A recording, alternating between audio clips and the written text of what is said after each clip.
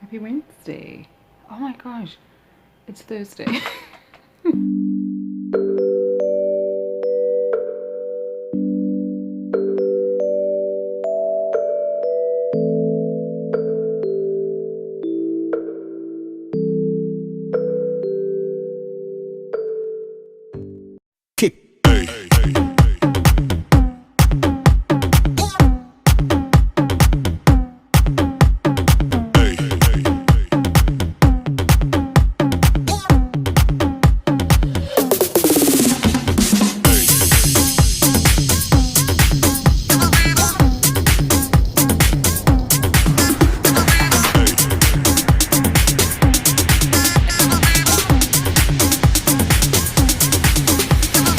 Everybody shake it, baby.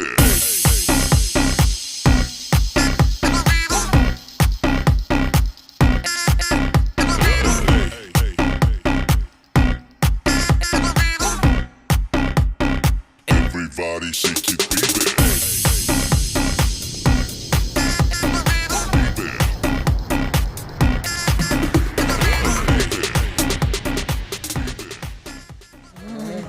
phela bafanele ngeprice yabo bakhipha izinto.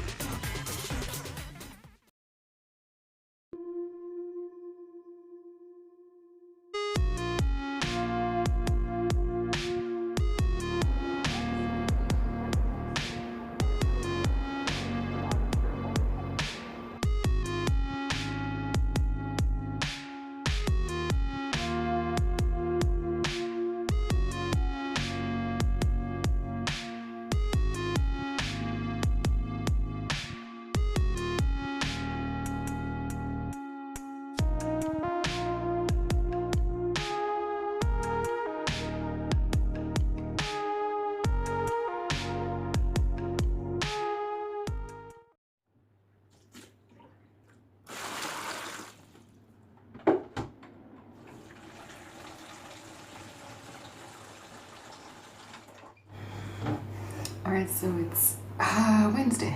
I've just come back from the gym, showered, ate, had some coffee and a scone. Not very healthy, but I need to do some laundry very, very seriously. The weather has been rainy for the past 4 days, which is why I kept umming and ahhing, but I'm running out of clothes.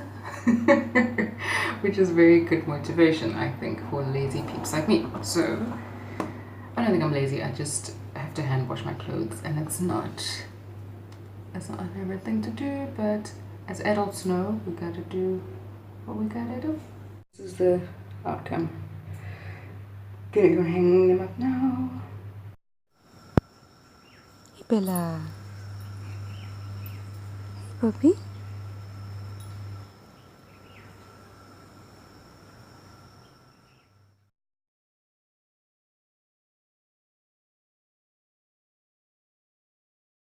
Morning. It's Wednesday. No, it's Thursday. It's a rest day. This is the OOTD. Going down to the shops for some coffee, sachets, visiting my friend at her new office. What's it called? Premises. And yeah. Maybe rest day.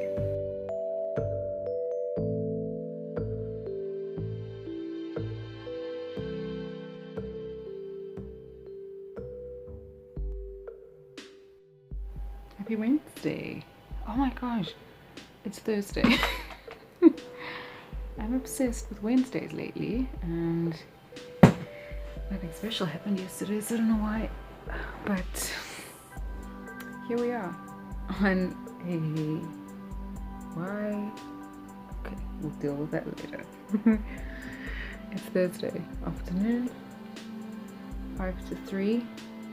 Skin is the real AF. I've got my beverage, tea, beverage of choice is tea lately, and I just thought I'd come and say hello on this vlog. It's the 3rd week of January, and as per usual, time flies, especially in January when all the New Year's resolutions are really tested. Mine has been to stay away from the coffee. Not stay away, not cold turkey, that is not sustainable, but I've had a little less coffee today than previously. It helps that it's not the great kind. It's the specific brand that I wouldn't mention that is not the best, but these are first world problems, so maybe it's a good thing that I wasn't able to get my favorite coffee today, so I could have fewer cups and have good old tea. Enough of that. Enough talking about beverages like an old lady. Anyway, yeah, so it's Thursday afternoon. I've had a pretty good day. It's my rest day from the gym, and so because of my sort of situation at the moment, when I don't wake up and go to the gym first thing and have time to check emails and just to decompress and have a bit of a morning at the gym cafe, I always feel as if my days are pointless or not as productive as the days when I wake up and work out. And so that's a challenge, and it's something that I initially resisted, but I realized that the point is fighting through that. Not even fighting through that, but working through it. So I'm a bit distracted because I've gained weight and my face looks very different than it normally does. But that's also why I wanted to vlog, is because I've been feeling the effects of stress, namely overeating and stress eating lately. And just when you think that you've kind of not conquered it, I know that it's something that will always be not always be a challenge, but it's something that I have to monitor to a lesser or greater extent, depending. And so it's Thursday, and I've honestly been eating badly since Monday. And the funny thing is that I've been keeping more or less to my intermittent fasting windows, but just bad nutrition, bad carbs, totally just carving it out, not enough protein,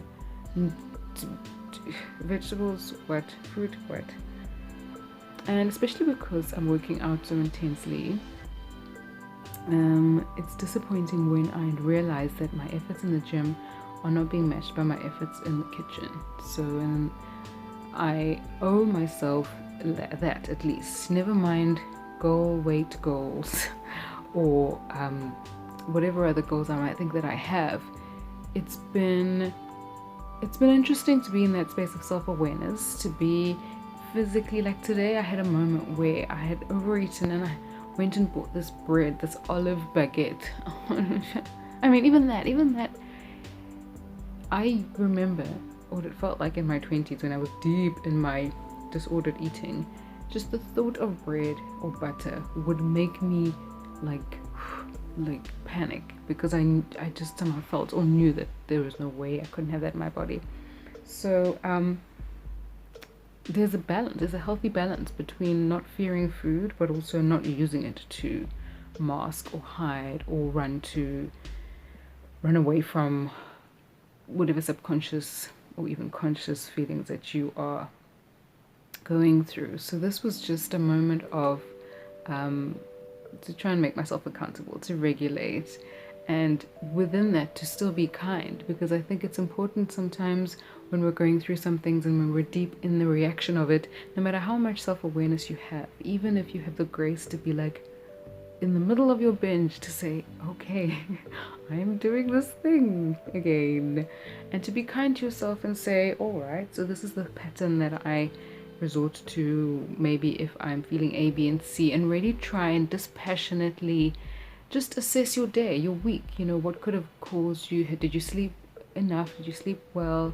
That's always a huge factor with me. All right, so having said all that, to say life isn't perfect, obviously, as we know, and I think that in the quest for balance, in the quest for trying to be present and really live from a point of forgiveness and kindness to yourself and to your body, knowing your tendencies and your triggers and things like that.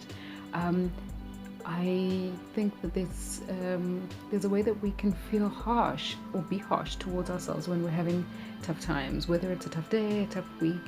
And I think that, what always draws me back, what always makes me feel sane at the very least, is just being in my body, as uncomfortable as it might be. Like today, I know I've gained weight, and that for me it seems so superficial and so ridiculous to really judge myself according to that. But historically, that's for me been something that I value myself by, wrongly obviously. And feeling my body, being in my body, just not sucking my gut in like constantly, which is obviously great for posture, but just taking a breath and being in my body. I had such a weird dream the other day. I dreamt that I was teaching a yoga class, but yoga for veterans, or it was so weird. But I remember telling the people, be in your body, and it was such a funny thing, because that's what happens when you speak. You realize the responsibility you have to live what you're saying. Do you really believe it? And I think that the feelings of discomfort that we associate with things that we're normally afraid of, like gaining weight, those things can be so freeing when we really just sink into them and ask ourselves, what's wrong with this body, right? And the answer, of course, is always nothing. And that leads you down the path to gratitude and thank you, body. I'm always shaming you and be like, you should be thinner, and I shouldn't have eaten that, and why can't I stick to this diet, and have I had enough water? Okay, fine. Those are questions, those are thoughts. Let them be, let them think themselves through, because that's what they're there for, to just be. And you can pick the ones that you want to be relevant in your life. You can pick the ones that you want to have value in your life. But at the end of the day, you choose which thoughts are going to rule your life in the best and worst ways. And I find that in the way that Byron Katie and Eckhart Tolle and so many people have helped me to realize, is that sometimes it feels as if thinking is happening to you. You're halfway down a destructive mental pattern, and you're already hating and shaming yourself, and you're already thinking, I'm nothing, and this day is wasted, and whatever. And you take a step back and realize, oh my gosh, it feels like thinking has been happening to me, and I'm just reacting to this thing that's assaulting me, when actually it has no power. Its only power is that I'm used to it. And so I think it's my friend when it's actually just there. It's something that I can entertain or not necessarily hate or fight against. But yeah, today's exercise of really just letting my gut out, feeling my big fat gut. I think it also helps to have positive role models. I mean, the whole body positivity thing is, as with anything in this day and age, there's just so much potential to step on landmines, whatever you say.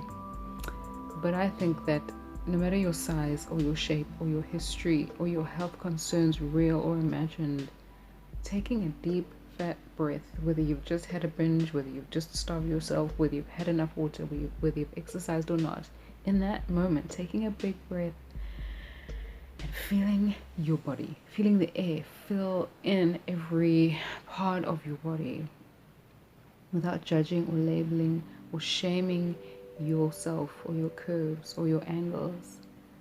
I just think that for me is such a freeing exercise. It makes me feel sane.